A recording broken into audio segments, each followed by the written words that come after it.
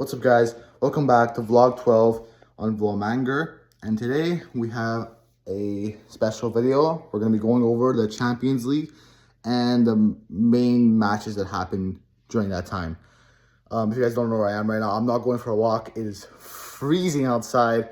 I went for like a 10-minute walk and I was basically frozen. So there's no way I'm going to go for a walk today, and I'm just in a room right now. I went to just a random room at my dad's house.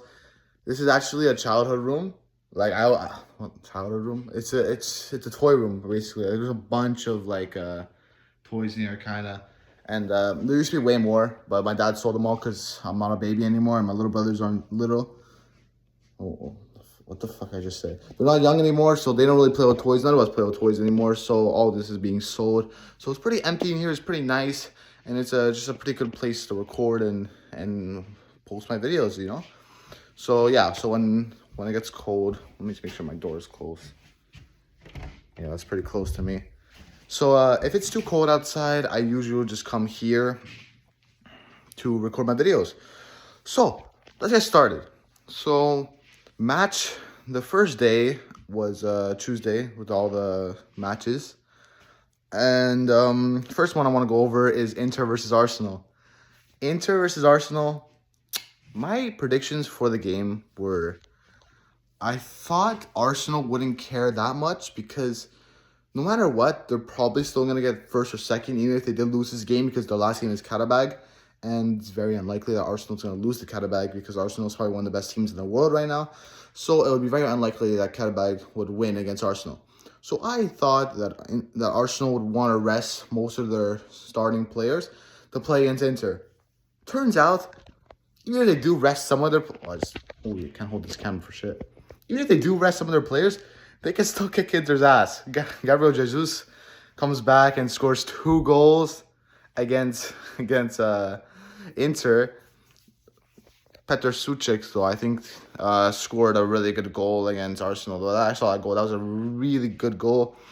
But then it doesn't matter because Jesus scored 2. And then Gyökeres came on with a little fat ass, and he scored a banger, which is honestly probably the best goal he scored for Arsenal so far. Honestly, I'm Portuguese, so I really want Gyökeres to be good in other leagues because it gives Portuguese league a bad name if he's shit, and so far he's been shit. So people have been taking their frustration out on the Portuguese league, which is not good. I don't like that. Stop doing that. It's haram. It's not nice. Please stop. Portuguese league is a good league. Anyways, that's the scoreline. What I want to take from this is that I really hope Gyökeres takes this form into upcoming games, because if he could do it against Inter, which had one of the best defenses last year besides the 5-0 in the Champions League final, then he could do it against other teams. Like, he just needs to have the confidence, and honestly, like, center backs, like, he needs to stop being destroyed by like 50 center backs. It's really bad. Like, honestly, I watched a little bit of the Arsenal versus Nottingham Forest game. Gyökeres is always being taken by 2 center backs. Always has 2 center backs on him, and it's crazy, man. Like, a poor guy, bro. He can't catch a break. Excuse me. But also, Saka, you little dickhead, you will not pass to Gyökeres to save your life. Technically, he got the assist, I think, for Gyökeres' goal, but that was literally an accident. Gyökeres passed to Saka. Saka messed it up and left it there. I don't even know if he meant to do it. He might have meant to do it, might not. But I think he was trying to go with the ball, go forward more, and then score. But the ball left, and then Gyökeres scored it. But there was another clip before that, I think 4 minutes before that, where Gyökeres is alone in the box. Saka's running in. Instead of passing to Gyökeres, he tries to shoot, and it fucks up. Because, I don't know, I feel like they're not having more trust in Gyökeres because of how shit he's been playing. Which, honestly, it's...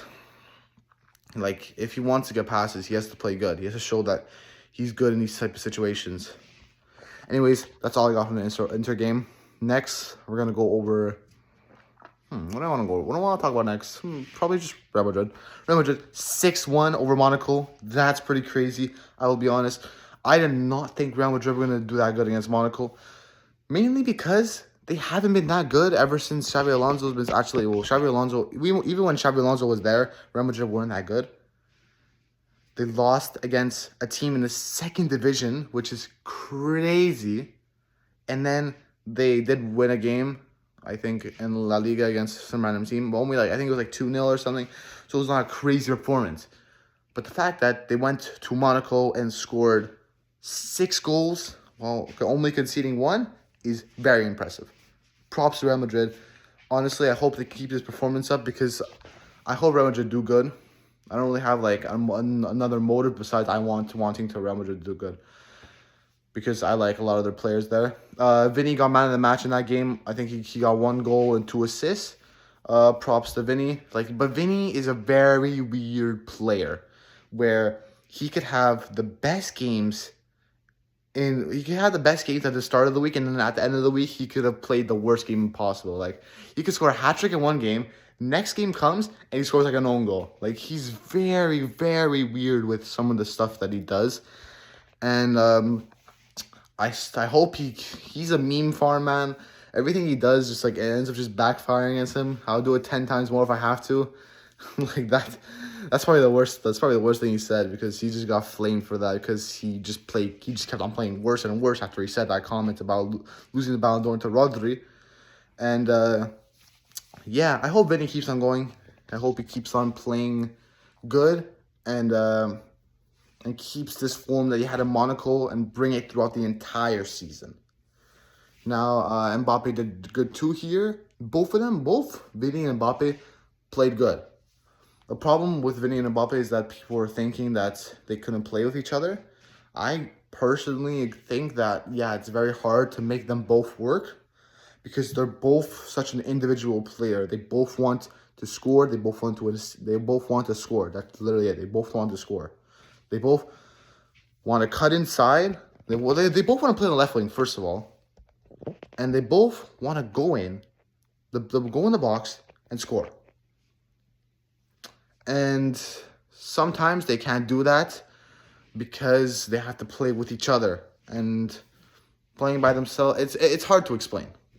But I hope Vinny and Mbappe could work completely. Jude Bellingham also did good. The whole Real Madrid team did good. Besides, I don't know what Rodrigo did, but whatever. I'm not trying to throw shade at Rodrigo, but whatever. We'll see. What else happened on the first match day? Now I'm brain farting. Man City lost. I don't know. Was that the first day? Or was the second day? Whatever. Let's just talk about Man City. Man City losing 3-1 to Bodo Glimt is, no matter what way you put it, is fucking embarrassing. It's embarrassing. There's people on the bench of Man City that are worth more than the entire club. That is crazy. Marmoush, who came off the bench, is worth more than all of Bodo Glimt, and Man City, lose 3-1 against Bodo Glimt. Haaland, who has the Premier League goal-scoring record, didn't score against Bodo Glimt.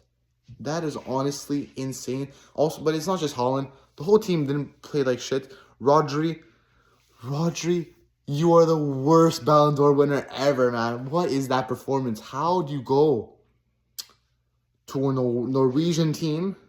Well, I'm saying Norwegian because we know Norway doesn't have a great league. How do you go to Bodo Glimt and get a red card and just get dominated in the midfield? How does that make sense? How does that work?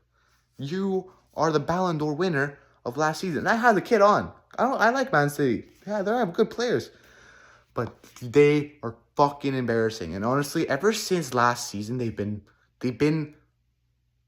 like shit, kind of. They haven't been amazing, but they've been okay. Last season, they had that big losing streak, which really marked their season down. And then during the summer, people thought they were back when they signed all sorts of players like Cherokee and Ait Nouri and who else?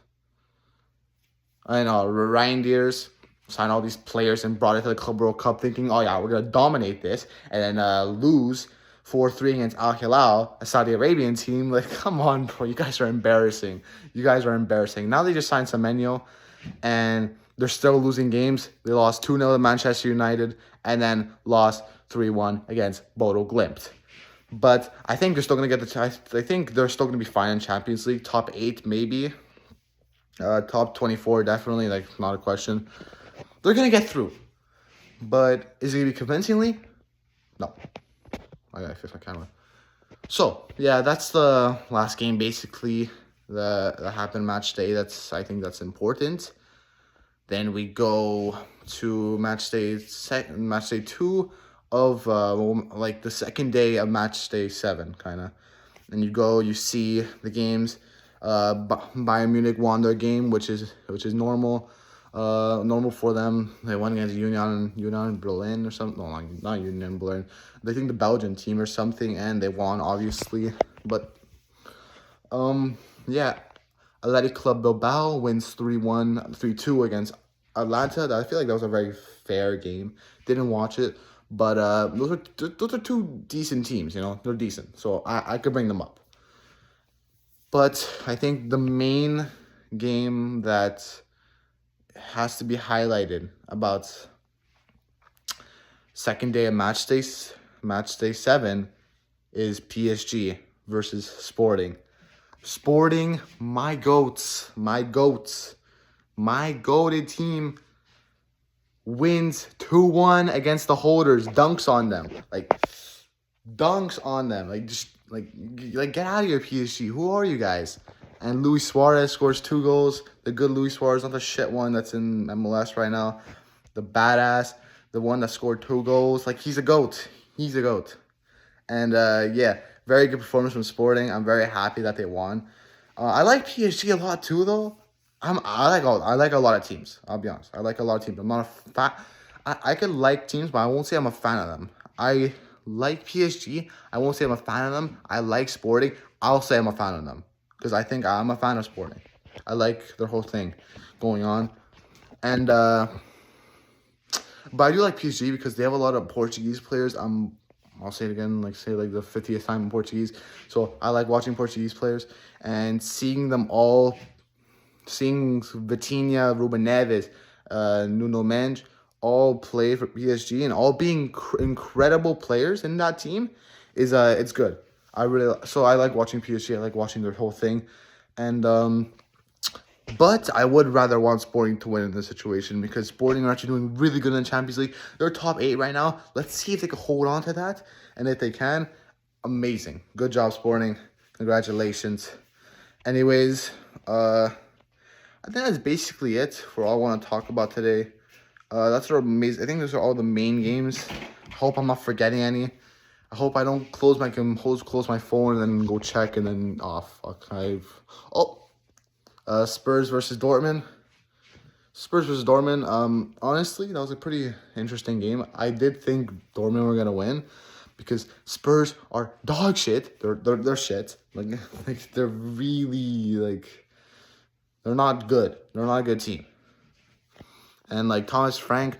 Honestly, I had high hopes for Thomas Frank. I thought he was a good manager.